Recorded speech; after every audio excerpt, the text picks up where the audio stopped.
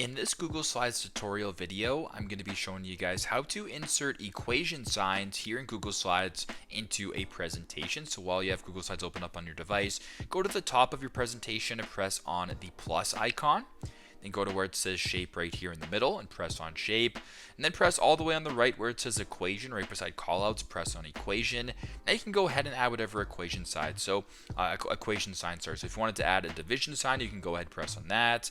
Make it larger or smaller. If you wanted to add maybe another sign, you can do the exact same thing. If you wanted to add the,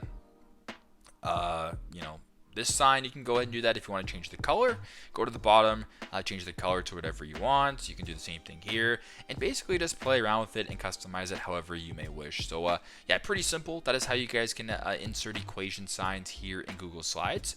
I hope this video helped. Thanks again for watching.